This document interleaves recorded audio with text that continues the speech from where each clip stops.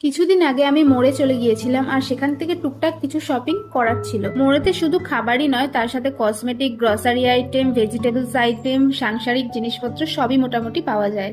আর সেই সব প্রোডাক্টের ওপর কিছু কিছু ডিসকাউন্টও থাকে।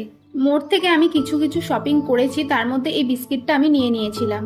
যারা ভাবছে ওয়েট লস করার জন্য একটা ডায়েট করছো, তাদের জন্য এই বিস্কুটটা একদম বেস্ট। আর এই বিস্কুটটা একদমই ট্রান্সফ্যাট ফ্রি, পিওর ভেজ এবং আটা দিয়ে তৈরি এবং হাই ফাইবার দিয়ে তৈরি। তাও দেখে মনে হলো ঠিকঠাকই আছে। এর ভেতর টোটাল 5টা প্যাকেট ছিল আর কোয়ান্টিটি বেশ ভালোই ছিল।